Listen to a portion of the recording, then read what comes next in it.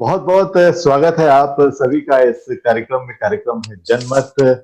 आज हम बात करेंगे संविधान की। जी हाँ, संविधान ही एक ऐसा हथियार है जिसके माध्यम से आपके हम सबके मूलभूत अधिकार, मूलभूत जो हमारी योग्यताएं हैं वो सारी सुरक्षित रह पाती हैं। जो हमारे अधिकार है वो सुरक्षित रह पाते हैं। जब भी हम किसी मुसीबत में फंसते हैं तो याद हमें संविधान की आती है। तो संविधान के माध्यम से हम अपने अधिकार, हक पाते हैं और यही वो किताब है जिससे हम अपने आप को रूल कर पाते हैं, अपने आप को नियमित कर पाते हैं, अपने आप को अधिनियमित कर पाते हैं। एक तरह से देखा जाए तो ये अनुशासन सिखाने वाला ये जो संविधान है भारत का, इस संविधान में वो सब कुछ है जो हमें अपने अधिकारों से परिचित कराता है, जो हमें अपने आप को उन्नत करने के लिए बेहतर एक दिशा उपलब्ध करवाता है, मौका उपलब्ध करवाता है, अवसर उपलब्ध करवाता है। संविधान की तमाम इसी प्रकार की जो विशेषताएं हैं, इनको समेटकर शब्दों में पिरोकर और बहुत सुंदर धुन में सजाकर इसे अपनी आवाज में जिन्होंने प्रस्तुत किया है वो है कुणाल वराणे। महाराष्ट्र के रहने वाले हैं, औरंगाबाद के हैं और बहुत ही शानदार तरीके से इस संविधान की व्याख्या उन्होंने अपने गीत में की है। आप सभी ने सुना होगा वो गाना जिसे हम भारत का संविधान के नाम से जानते हैं। आप बहुत ही पॉपुलर हुआ है ये गाना और आज हमारे साथ कुणाल हमारे इस कार्यक्रम में है। हम उनसे बात करते हैं। बहुत बहुत स्वागत है आपका कुणाल इस कार्यक्रम में। जय भीम सर, सभी को मेरा प्यार भरा जय भीम, नमो बुद्धाय। बड़ा अच्छा लग रहा है कि इस माध्यम से आप सभी से चर्चा करने का एक अवसर प्राप्त हुआ है। उसके लिए मैं आपके बहुत बहुत धन्यवाद करता हूँ मेश्राम सर। जी, हमने बात अभी हमारे दर्शकों को हम बता रहे थे कि आपका जो गाना बहुत ही पॉपुलर हुआ है, जो गाना आपने बनाया है बहुत ही शानदार वो गीत है। हाँ। उस गीत से ही शुरुआत करते हैं, उसके बाद हम वर्तमान परिवेश में जो स्थितियां बनी हुई हैं उस पर हम चर्चा करेंगे। बताएं उस गीत की कुछ पंक्तियां हम आपसे सुनना चाहते हैं। बिल्कुल जी, बिल्कुल बिल्कुल। दरअसल इस गीत को, जब इस गीत का जन्म हुआ उससे निगड़ित कुछ मैं शेयर करना चाहूंगा। जी जी जी कि जब जब ये संविधान दिन मनाया जा रहा था तब एक गायक होने के हैसियत से मैंने काफी जांच की और थोड़ा सा ढूंढने की कोशिश की कि ऐसा कोई गीत है क्या जिसमें संविधान की जो विशेषताएं वो व्यक्त की गई है, या संविधान असलियत में क्या है, ये इस देश के नागरिकों को क्या देता है। तो ये सब बताने वाला कोई गीत है क्या, ये मैंने काफी ढूंढने की कोशिश की, मगर अफसोस ये हुआ कि ऐसा कोई गीत ही नहीं था। जबकि इस देश को चलाने वाला संविधान, इसके ऊपर कोई गीत नहीं है। काफी मतलब देवताओं पर गीत लिखे जाते हैं, हीरो हीरोइंस के ऊपर, प्यार के ऊपर गीत लिखे जाते हैं और इतने बड़े बड़े शायर हमारे देश में रह चुके हैं, मगर संविधान को बताने वाले किसी शायर ने, मतलब किसी ने कोशिश की है या नहीं पता नहीं मुझे। लेकिन मुझे थोड़ा सा अफसोस महसूस हुआ कि इतने सारे शायर इस देश में रहते हुए भी, इतने सारे कवि इस देश में रहते हुए भी कोई किसी ने इसके बारे में कुछ सोचा ही नहीं कि बाबा संविधान को भी हम लोग शायरी के जरिए या कविता के जरिए लोगों तक पहुंचा सकते हैं और इसकी जो विशेषताएं है या इसके बारे में जो जागरूकता है लोगों में हम फैला सकते हैं। क्योंकि अगर जब तक लोगों को संविधान के बारे में मालूम नहीं पड़ेगा तो उनको उनके हक क्या है यही पता नहीं चल पाएंगे, ऐसा मुझे लगता है। और एक भारत का नागरिक होने के नाते इस देश के हर नागरिक को संविधान में क्या लिखा है, हमारे अधिकार क्या है, संविधान क्या बताता है, ये सब जान लेना काफी जरूरी है। तभी तो हम, अगर हमें अपना हक क्या है यही पता नहीं तो हम मांगेंगे क्या, ऐसा है ना। तो ये सोचा कि एक कोशिश करके देखते हैं एक गाना लिखने की। और ऐसे मैं चिंतन कर रहा था थोड़ा सा, तो ऐसे ही मुझे 4 पंक्तियां इसके पहले सूझी, और जिसको मैंने मेरे गुरुजी महाराष्ट्र के एक बड़े प्रसिद्ध गायक है नागसेन जी सावदेकर, इनको मैंने सुना है। वो 4 जो कि इस गीत के पहले 4 पंक्तियां हैं, तो उसको सुनाने के बाद उन्होंने बोला कि बेटा ये तो बहुत बेहतरीन लिखा आपने, कोशिश करो इसको पूरा करने की, जितना हो सके तुम कर लो, फिर हम लोग इसको देखते हैं कैसा करना है क्या नहीं। तो फिर मैंने सोचा कि भाई अभी लिख रहा हूँ तो थोड़ा बहुत मैं भी अभ्यास करता हूँ और तभी लिखूंगा। फिर मैंने थोड़ा संविधान के बारे में पढ़ना शुरू किया। ज्यादा कुछ मुझे मैं पढ़ नहीं पाया, लेकिन फिर भी जितना मैंने पढ़ा उसमें से जो कुछ भी मैं एक लिख पाया हूँ वही आपके सामने पेश करता हूँ। जी।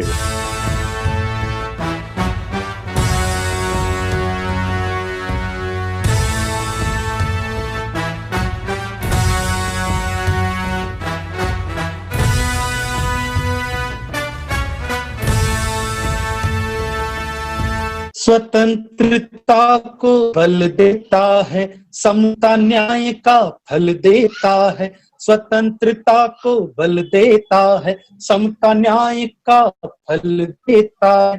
जिसकी बदौलत भारत देश को मिला समान है, भारत का संविधान है, भारत का संविधान है, भारत का संविधान है, भारत का संविधान है। जो भी यहाँ पैदा होता है भारत माँ का लाल है। संविधान में इन बातों का रखा देखो ख्याल है। कोई मरे ना भूख प्यास से इसका प्रावधान है। भारत का संविधान है, भारत का संविधान है। स्वतंत्रता को बल देता है, समता न्याय का फल देता है। स्वतंत्रता को बल देता है, समता न्याय का फल देता है। जिसकी बदौलत भारत देश को मिला यहाँ सम्मान है। भारत का संविधान है, भारत का संविधान है, भारत का संविधान है, भारत का संविधान है। शिक्षा मिले यहाँ सब बच्चों को, ये उनका अधिकार है। मूलभूत अधिकारों का भी संविधान ही आधार है। जात धर्म का भेद नहीं है, सबको न्याय समान है। भारत का संविधान है, भारत का संविधान है। इसके रचेता भीमराव का सपना कितना अच्छा है।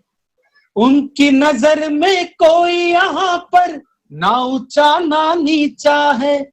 बड़ी शान से स्वाभिमान से बनते मंत्री प्रधान है। भारत का संविधान है, भारत का संविधान है। इसकी जो आखिरी अंतरा है, जो आखिरी 4 लाइनें हैं, ये मेरी नजर में ये काफी महत्वपूर्ण लाइनें हैं। देखिए मैंने कुछ लिखने की कोशिश की है। संविधान को पढ़ के समझना सबकी जिम्मेदारी है। संविधान ने ही हम सबकी देखो दुनिया सवारी है। संविधान ही भारत देश की जीवन ज्योत और प्राण है। भारत का संविधान है, भारत का संविधान है, भारत का संविधान है, भारत का संविधान है। क्या तो बात इस है। प्रकार ये इस गीत का जन्म हुआ। जी जी जी। और बहुत ही- आप सभी लोगों ने इस गीत को खूब बहुत ढेर सारा प्यार दिया, इसके लिए मैं आप सभी का बहुत बहुत धन्यवाद व्यक्त करता हूँ, शुक्रगुजार हूँ आप सभी का। निश्चित रूप से बहुत ही खूबसूरत गीत है और संविधान की तमाम भावनाओं को उसमें पिरो दिया गया है। एक चीज आपने बहुत अच्छी इस गीत में डाली है कि वो हाँ जी, कोई नीचा ना ऊंचा है और सभी को बराबर हक है, सभी के लिए बराबर यहाँ पर प्रावधान है। लेकिन अगर वर्तमान परिवेश को हम देखते हैं और आज की स्थिति को देखते हैं तो हम सड़कों पर बहुत सारे गरीब और बेसहारा मजदूरों को देखते हैं जिनको उनके मिल मालिकों ने, उनके फैक्ट्री मालिकों ने निकाल दिया, अपने काम से निकाल दिया। और वो उस वक्त निकाल दिया जब एक महामारी ने भारत पर इस तरह से आक्रमण किया है और तमाम लोग उससे परेशान हैं। उस वक्त ऐसे लोग उन लोगों को जिन्होंने उनको धनवान बनाया, ऐसे लोगों को उन्होंने अपने अपने स्थान से निकाल दिया, अपने फैक्ट्री से निकाल दिया। तो वो सड़कों पर आ गए और बहुत लंबा रास्ता तय करके, हजारों किलोमीटर का रास्ता तय करके वो अपने गांव की ओर जा रहे हैं और उनमें से कई लोग मौत के मुंह में भी चले गए हैं। ऐसी परेशानी और ऐसी स्थितियों को अगर देखा जाए तो बहुत कुछ दर्द तो महसूस होता है। आप क्या कहना चाहेंगे इस विषय पर? बिल्कुल सर, एक्चुअली बात ऐसी है कि बाबा साहब अंबेडकर ने जब वे मजदूर मंत्री थे, मजदूरों के मंत्री थे, तब लेबर मिनिस्टर रहते समय जब मजदूरों के लिए कुछ काम करते समय उनकी कुछ जो उन्होंने बातें रखी थी मजदूरों के लिए, वो उस वक्त के सरकार ने जब मानी नहीं और उसका इम्प्लीमेंटेशन नहीं हुआ, तब उन्होंने अपने मंत्री पद तक त्याग किया है, ये हम सभी को पता है।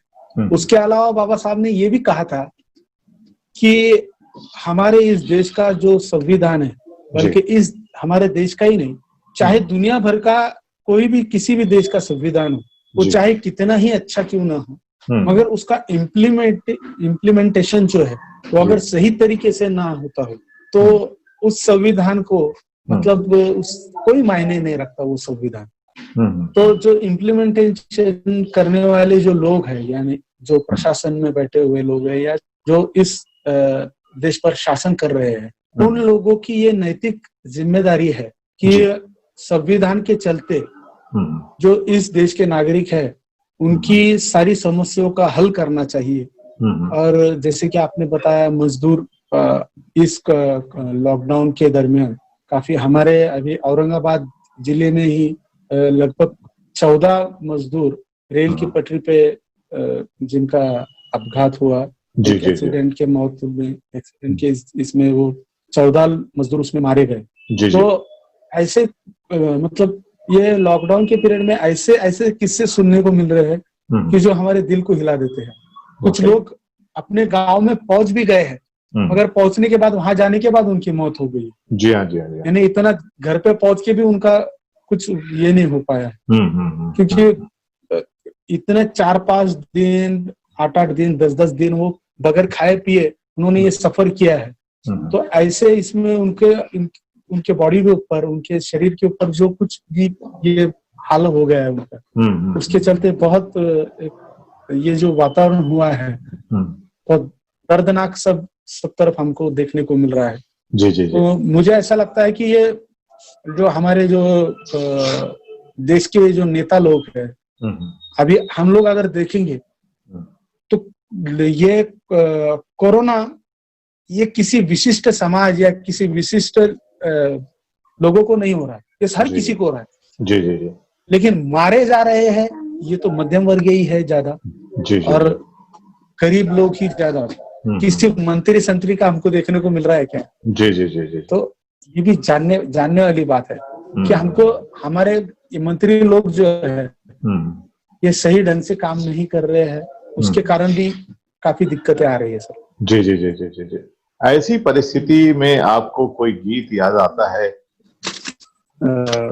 एक गीत वामन दादा कर्डक, जो कि महाराष्ट्र ही नहीं बल्कि पूरे देश में एक जाने माने कवि और गायक थे, घर घर तक हर इंसान के दिलों तक पहुंचाने की जिन्होंने एक बहुत बड़ा कार्य किया है। ऐसे वामन दादा कर्डक, जो कि हमारे देश के एक बड़े महान कवि रह चुके हैं, जी वो उन्होंने अपने काव्य के जरिए कुछ लिखा है, वही मैं आपको सुनाता हूँ। जी तो वो उस गीत की चाल ऐसे मराठी में है। जी जी।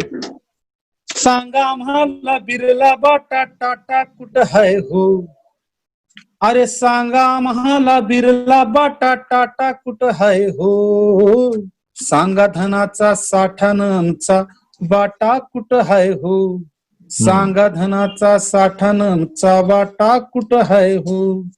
तो ऐसी गीत वामन दादा ने लिखे हैं, जी जी जी। जिसमें वामन दादा ने बड़े ही खूबसूरत तरीके से इस देश के हर नागरिक का जो हक है वो मांगने का जो प्रयास किया है, वो बहुत खूबसूरत है। जी जी जी जी। आप इस मौके पर हमारे दर्शकों को और कौन कौन से गीत सुनाना चाहेंगे? बहुत सारे गीत हमारे दर्शक आपसे सुनना चाहते हैं, इस वक्त आप क्या सुनाना चाहते हैं? जी। वामन दादा कहते कि जवानों तन बदन और मन वतन के वास्ते दे दो। मतलब आज की घड़ी से काफी ही मेल खाते हुए ये विचार वामन दादा के हैं कि आज की घड़ी में हम लोगों ने क्या करना चाहिए। जी। जवानों तन बदन और मन वतन के वास्ते दे दो, किसानों अन्न का कण कण वतन के वास्ते दे दो, अमीरों कुछ तुम्हारा धन वतन के वास्ते दे दो, छुपाना छोड़ दो केवल वतन के वास्ते दे दो, खजाना खोल दो सब धन वतन के वास्ते दे दो। मतलब आज कई आज हमारे कई विचारवंतों ने, हमारे एक दोस्त है सर्वजीत जी बंसोड़े, एक जवान ऐसे कार्यकर्ता है, शायद आप उनको पहचानते होंगे। जी हाँ जी। तो उन्होंने अपने एक भाषण में एक विचार व्यक्त किया था कि अगर इस देश के जो मंदिर है या जो भी संस्थान है, उसके ऊपर जो चढ़ावा आज तक लोगों ने चढ़ाया है, ये जन सामान्य लोगों ने ही चढ़ाया है। जी जी। मगर आज यही जन सामान्य लोग परेशानी में है, भूखमारी के कारण वो मर रहे हैं। तो ये मंदिरों में छुपा हुआ धन है, इसको अगर ये प्रशासन अपने कब्जे में लेकर लोगों की मदद के लिए अगर इसका इस्तेमाल करता है, तो ये बहुत बड़ी मदद हमारे देश के नागरिकों के लिए हो सकती है। वाकई वाकई वाकई अभी इस वक्त जरूरत है उस धन का सदुपयोग करने की। वाकई देखा जाए तो ये जी जी ये देखिए, ये जन सामान्यों ने लोगों का ही धन है, जी जी, जो उन्होंने चढ़ावे के जरिए या उनकी भावनाओं के जरिए वहां मंदिरों में दिया है। लेकिन आज उसकी जरूरत उस मंदिर को नहीं है, इन लोगों को है। जी जी जी बिल्कुल, आपदाग्रस्त लोगों को है। हाँ, मंदिर तो चल जाएंगे, आपदाग्रस्त लोगों को ज्यादा जरूरत। अभी हम लोग देख रहे हैं कि ये जो इस देश का जो शासन है, मोदी सरकार, इन्होंने इनके निर्णयों के ऊपर हम लोग देख रहे हैं, इतने उटपटांग निर्णय ये ले रहे हैं कि यहाँ पे जनता परेशान है। और उन्होंने नीरव मोदी, माल्या और ये बाबा रामदेव जैसे लोगों के कर्ज को माफी देकर बड़ा ही घिनौना षड्यंत्र करने का, बहुत घिनौना, हास्यास्पद नहीं सर, ये बहुत निंदनीय बात है कि वामन दादा का ही एक गीत है जिसमें वामन दादा कहते हैं कि इस देश को कैसे नर पुरुष की जरूरत है। तो उसके लिए वामन दादा कहते हैं कि पैदा हो तो भीम सा नर पैदा हो, हाँ पैदा हो तो भीम सा नर पैदा हो, एक नया अंबेडकर पैदा हो, एक नया अंबेडकर पैदा हो, अरे एक नया अंबेडकर पैदा हो, हाँ एक नया अंबेडकर पैदा हो, पैदा हो तो भीम सा नर पैदा हो, हाँ पैदा हो तो भीम सा नर पैदा हो।